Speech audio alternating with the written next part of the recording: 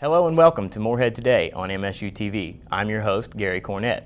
Today's episode is about sustainable agriculture. My guests today include Maggie Miles of Hippie Holler, Bob Lindahl of Sustainable Morehead, and later on the show, we're going to have local singer-songwriter Alex Parkansky sing a song for you all. Everybody stay tuned.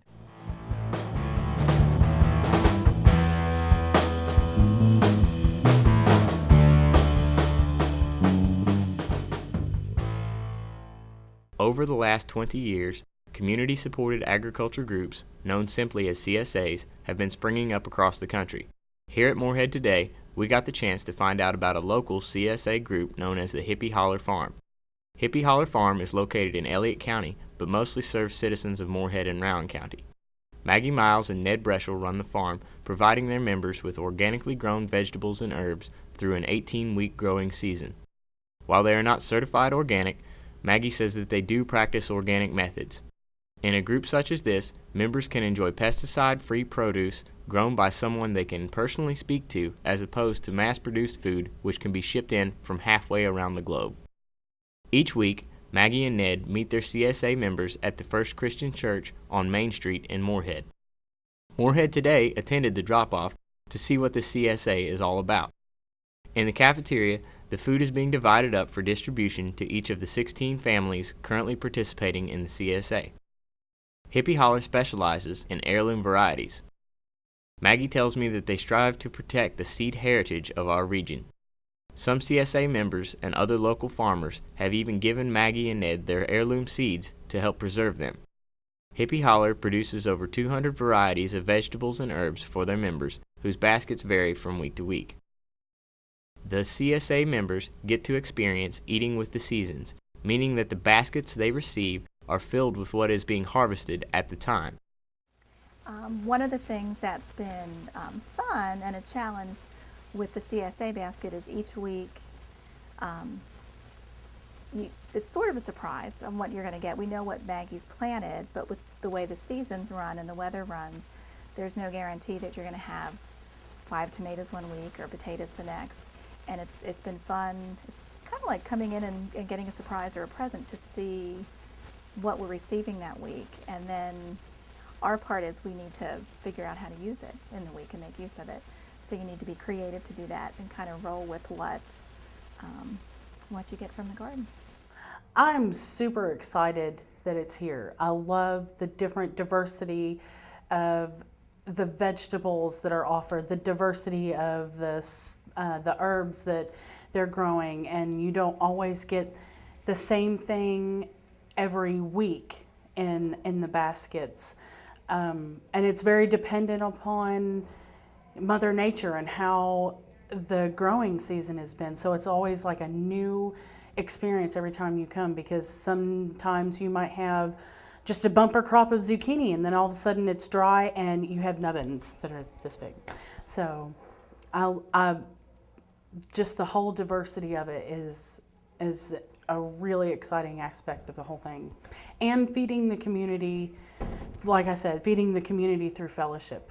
Just an amazing opportunity.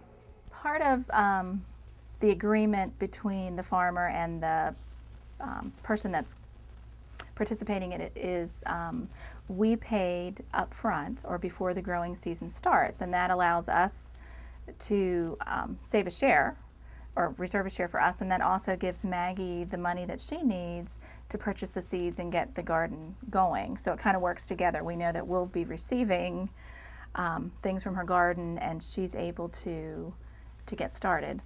And we paid in April, and then beginning in May we started receiving our baskets, and we receive a basket once a week, probably through the end of September, beginning of October. It depends on the growing season.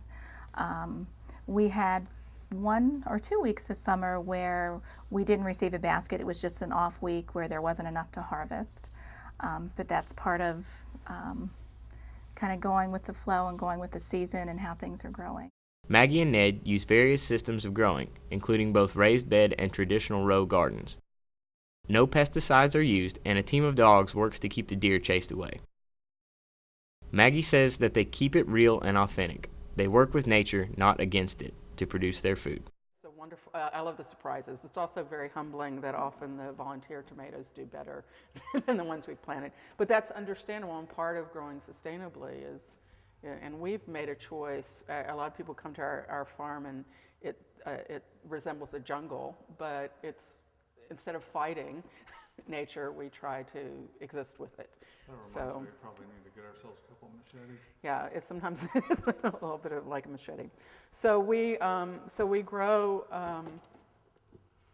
We actually intentionally plant a lot of these, and then we have volunteers. These little cherry ones are also volunteers, and so in case your viewers don't know, a volunteer, it volunteers. It isn't planted intentionally. It just springs up, for the seeds. And it can be because you didn't pick the tomatoes, and they the tomato rotted and the seeds got on the ground. From time to time, the members get a surprise in their basket, something not grown by Ned and Maggie, but produced by another CSA member or local farmer, such as honey or eggs.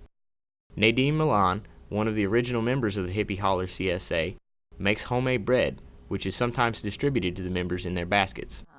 She heard that I make bread, and she had invited me to make bread.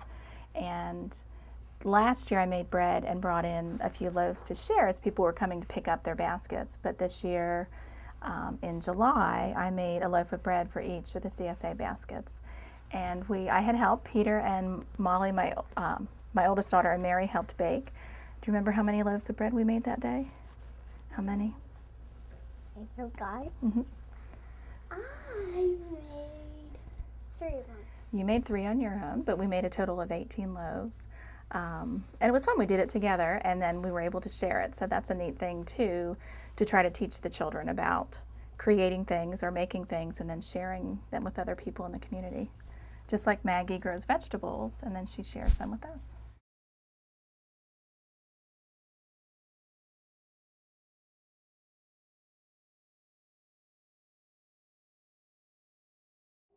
My husband and I are business owners here in the community, and we don't always have the time or the farm implements to tend a garden all the time. We're pretty busy. We don't have a whole lot of time just to be able to drop what we're doing and take care of the vegetables, which usually happens in a garden. And with Maggie being able to do that, and us occasionally having time to help her even raise some of the vegetables, this has been a blessing for us to be able to have this in our community. My guest today in the studio is Maggie Miles of the Hippie Holler Farm, CSA. Welcome to the studios, Maggie. Thank you. I'm glad to be here. Tell us a little bit about what inspired you to start Hippie Holler Farm. Well, for most of my life, I've been growing vegetables and herbs, and actually grew up in Virginia, though my family does come from Eastern Kentucky, growing organically in the 60s and 70s. And when we moved to Kentucky and out to Elliott County, we had 85 acres. So I started with a little plot and moved on from there. And I started growing mostly heirloom lettuces, and then moved on into trying to preserve heirloom tomatoes and beans. What plans do you have for expansion of the farm? Well, we already informally do kind of workshops there where, for example, if someone wants to learn how to plant garlic or save seeds, save heirloom seeds, or wants to learn how to plant tomatoes, we bring people onto the farm and do that. We also, this February, March, we are going to do a shiitake mushroom inoculation event, such as it is, and need a lot of hands to just help us drill holes into the logs and inoculate it with the shiitake mushroom spawn. And we have plans for next year an heirloom tomato tasting event, and we've also gotten some into exploring some agritourism events. Nice. And the easy definition of agritourism is any event where you bring people from the outside onto your farm for some farm experience. And so we're trying to match what we do already, and do well with things that will be of interest to people from elsewhere. And you asked how I got into the CSA itself. It was, I was involved with farmers markets, and I think they're wonderful organizations and I support them. But for me, I was growing vegetables that were very fragile with the heirloom vegetables and the lettuces. And so sitting, on the roadside for 6 hours at a time was just not feasible. So I started looking at alternative models for how I could directly sell the produce to customers. And fortunately, I was already doing it on a small scale. I had friends and people we knew who wanted our vegetables, so I grew them and would sell them to them. And a couple of them who are members now and were the charter members of our CSA said, if you will do the CSA, we will be members. So I started with 2 people who signed up, and 3 years ago. And within a week and a half, we had maxed out the shares for that first year. So we were quite shocked by that, but pleased. So, tell me a little bit about the internships that you have with your farm.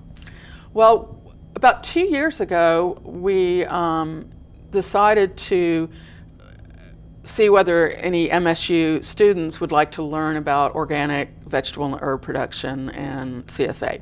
So I started looking around for a student and found Claycy Henry. She's now Claycy Henry Miller, who is an ag student, and she did an internship pretty much over a full year, did 2 internships. And then Luke Schwab, who is a geology major, was our intern this summer.